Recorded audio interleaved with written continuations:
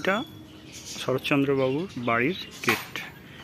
সুন্দর ওপর থেকে একটা গাছ, এটা কাগজ ফুল বলি, একটা ছাউনি, একদম গ্রামের ভেতরের পরিবেশ।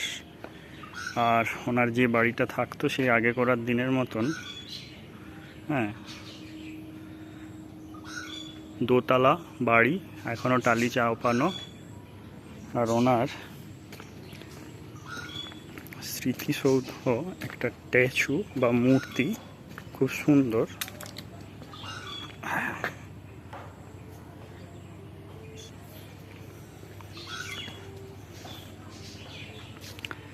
এই বাড়িগুলো আর দেখা যায় না সচরাচর, কিন্তু এখনও সংরক্ষণ করে রাখা হয়েছে, বেশ সুন্দর গোছানো ঘর বাড়ি।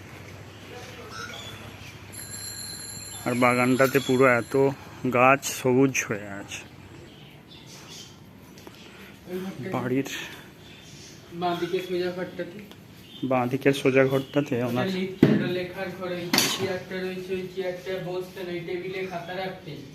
চেয়ারে বসতেন, টেবিলে খাতা রাখতেন।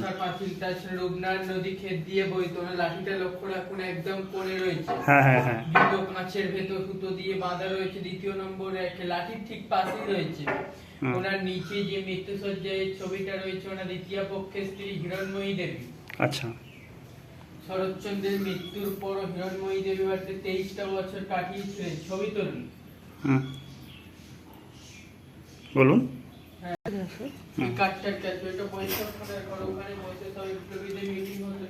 একটা ঘড়ি চলছে, লক্ষ্য রাখুন। 100 বছর আগেকার ঘড়ি, একদিন দম দিলে 7 দিন চলবে। এই ঘড়িটা 100 বছর পুরনো ঘড়ি। সোজা যে ছবিটা রয়েছে সাদা ফ্রেমের পাশে বাঁধানো ছবি, এটা নাতি-নাত বইয়ের ছবি না। সামনে সোফা, উনি বসতেন, ওটা বেলজিয়াম কাচের আয়না। ছবি তুলুন। তুলে পাশের ঘরটায় আছে। তারপরে এ পাশে একটা পাশের বাড়ি, এইখান থেকে নাকি জানলা থেকে একটা সুন্দর চেয়ার আছে। চরকা রয়েছে, এটা চিকিৎসা উনি বিনা পয়সায় গরিব দুঃখীদের হোমিওপ্যাথি চিকিৎসা করতেন। চরকা রয়েছে, এই যে ইজি চেয়ারটা রয়েছে, উনি বসে চিকিৎসা করতেন। গরিব দুঃখীদের বিনা পয়সা হোমিওপ্যাথি চিকিৎসা করতেন। আগে জায়গাটা যে ঠাকুরটা রয়েছে, আলমারিতে ওষুধ রয়েছে, লক্ষ্য রাখুন। রাধাকৃষ্ণ ঠাকুরের পাশে ওটা লক্ষ্মীর হাঁড়ি রয়েছে। রাধাকৃষ্ণ ঠাকুর শ্বেত পাথরের মূর্তি। এই পাশের যে হাঁড়িটা দেখতে পাচ্ছ, এটা লক্ষ্মীর হাঁড়ি। সুন্দর একটা রাধাকৃষ্ণের মূর্তি ঠাকুরের। ওর থেকে একটা রাস্তা, বারান্দা টাইপ। এই পাশটাও একটা, ওটা ধানের গোলা রয়েছে বাঁদিকে। বাঁ দিকটা ধানের গোলা। আগে করার দিনে কালীর চালের ঘরটা হচ্ছে ঠাকুর ঘর, আর তখনকার দিনে বাথরুমটা হচ্ছে বাড়ির বাইরে। বাথরুমটা বাড়ির বাইরে তখন, হ্যাঁ একদম। এইখানে রান্নাঘর ছিল, দোতলা 78-এ বনের রান্নাঘরটা পড়ে যেতে পারে। রান্নাঘরটা তৈরি হয়নি, ফাঁকা জায়গাতে। এই ফাঁকা জায়গাটাতে রান্নাঘর ছিল। সিঁড়ি দিয়ে নেবে ধানের গোলা ঠাকুর ঘরটা দেখে তারপর উপরে যাবেন, বেডরুম রয়েছে। এই পাশ থেকে এই বারান্দাটা দিয়ে গিয়ে একটা সিঁড়ি আছে, একদম সরু সিঁড়িটা। এখান থেকে ছোট্ট একটা সিঁড়ি নেমে, এইটা ধানের গোলা আর এইটা ঠাকুর বাড়ি ছিল।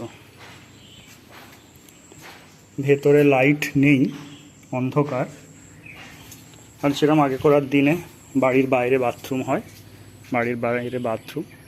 এ পাশে একটা জায়গাটা পাঁচির দিয়ে ঘেরা, বাঁশ গাছ পেছনে, বন জঙ্গল। এই সিঁড়িটাও আছে ওপর, একদম সিঁড়িটা বাইরে থেকে প্রায় 1 2 3 4 5 6 7 8 9 10 11 12 13 14 15 16 17 18। সিঁড়ি থেকে উঠে এদিকেও একটা বারান্দা, সামনেও বারান্দা, ঠিক নিচের মতন। ওপরে ওনার একটা বেডরুম রয়েছে।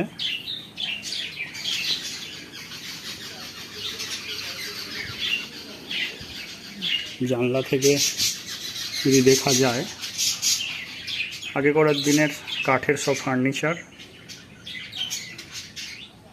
এইটা আমাদের ভাষায় মোড়া বলি, বসতে বেশ কমফোর্টেবল হয়। উনি নিশ্চয়ই এটা ব্যবহার করতেন, এখনও আছে। এখন সচরাচর বাড়িতে দেখা যায় না। বারান্দায় একটা পাখিদের ঘর আছে, কিছু পাখি আছে, বেশ কিচিরমিচির করছে। আর ওনার বেডরুমটা এটা বেশ সুন্দর সাজানো গোছানো। আগে করার দিন হলো মেঝেটা কিন্তু সুন্দরভাবে ওই সিমেন্টেরই বাঁধানো, লাল রং দিয়ে বেশ বরফি বরফি করে দিয়েছে। পেছনটা এপাশে ঘেরা, যাওয়া যাবে না। সম্ভবত উপরে এই জায়গাটাও কিছু একটা বাথরুম টাইপ উপরের জন্য সিস্টেম ছিল নিশ্চয়, এটা ঘেরা। ওদিকটাতেও বন্ধ। আর এটা তো দেখালাম ওদিক থেকে বেডরুম। দোতলা বাড়ির ওপর থেকে যে বাগান বাড়িটা সাজানো গুছানো, দেবদারু গাছ, ঝাউ গাছ, নানাধি গাছ, এবং ওনার স্মৃতিসৌধ বাগানের মাঝখানে আছে।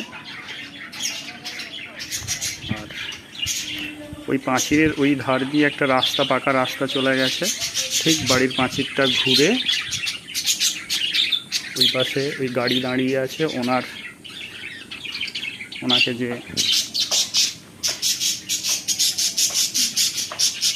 ওই যে একটা দেওয়াল ব্রাউন কালারের সাদা পাঁচির দিয়ে ঘেরা, ওখানে ওনাকে শেষ বারের মতন সমাধি দিয়েছে। একটা স্মৃতি করেও রাখা আছে, এখান থেকে দেখা যাচ্ছে না। আর ওর পাশ থেকে ওই যে মানুষ হেঁটে বেড়াচ্ছে, সাদা পাঁচির। আর একটু এগিয়ে গিয়ে ওই রূপনারায়ণের নদী, ওখানে কিছু একটু মেলার মতন বিকেল হলে সবাই পর্যটকরা আসে, বসে। নদীর পাড়টা বেশ সুন্দর, ঘোরার মতন।